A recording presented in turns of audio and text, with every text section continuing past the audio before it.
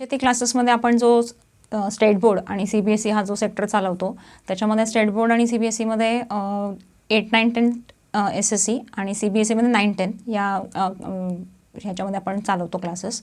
Basically maths आणि science हा मुलांचा चॅलेंजिंग सब्जेक्ट असतात मुलांना, तर त्याच्यामध्ये आपण त्यांना अगदी फंडामेंटल्सपासून कसं गाईड करता येईल छान, त्यांची मॅथ्सची भीती कशी जाईल ह्याच्यासाठी स्पेशल गायडन्स आपल्याकडे दिलं जातं. सायन्समध्येही तेच आहे, छोट्या छोट्या कन्सेप्ट्स असतात ज्या मुलांना भीती वाटते त्याची किंवा अवघड वाटतात, तर ते सोप्या भाषेमध्ये सहज भाषेमध्ये त्यांना कसं कळेल ह्याच्यावर आमचा भर असतो. मग त्याच्यासाठी आम्ही टेक्नॉलॉजीचाही उपयोग करून घेतो.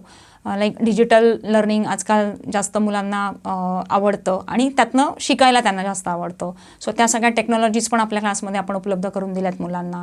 आपल्या प्रिंटेड नोट्स आहेत ज्या मुलांना लर्निंगसाठी हेल्प करतात. काही कन्सेप्ट अंडरस्टँडिंग असतात, उत्तरं कशी लिहायची प्रश्नांची, आन्सर्स कसे लिहायचे ह्याच्यासाठी त्यांना त्याचा उपयोग होतो. तर ह्या सगळ्या गोष्टींसोबत आपण त्यांना लाईक लँग्वेजेसमध्ये पण मुलांना हल्ली फार प्रॉब्लेम्स असतात. मराठी, हिंदी, इंग्लिश या लँग्वेजमध्येही त्यांना चॅलेंजेस आहेत. तर ह्या गोष्टीमध्ये आपण त्यांना गायडन्स करतो. वीकली टेस्ट वगैरे जे आपण प्रोव्हाइड करतो त्याच्यातनं त्यांना त्यांचा परफॉर्मन्स कळत जातो, त्यांचं कुठे लॅक करतात आहे, कुठे त्यांना इम्प्रूव्हमेंटची आवश्यकता आहे, ह्या सगळ्या गोष्टी त्यांना हेल्प करतात त्याच्यामध्ये. आणि ह्या सगळ्या थ्रूआउट द इयर त्यांना जो आपण गायडन्स करतो त्याच्यातनं आम्ही जे रिझल्ट्स जे आणले आहेत, खूप छान रिझल्ट्स आपल्याकडे आहेत. आमच्याकडे 2006मध्ये आमच्या मुलं बोर्डात आलेली आहेत.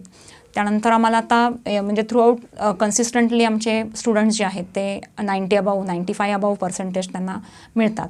सो हे सगळं थ्रूआउट द इयर जे आपण छान गायडन्स प्रोव्हाइड करतो त्यांना, आणि मुलांचे एफर्ट्स आणि इवन पॅरेंट्सचे सुद्धा त्याच्यामध्ये efforts, like it's a triangle. So hand in hand जेव्हा जातात या तिन्ही गोष्टी, तेव्हा आपण मुलांचं छानच भवितव्य घडवू शकतो. आणि त्याच्यासाठीच संचिती क्लासेस नेहमी एक प्रयत्न करत राहतो. थँक्यू.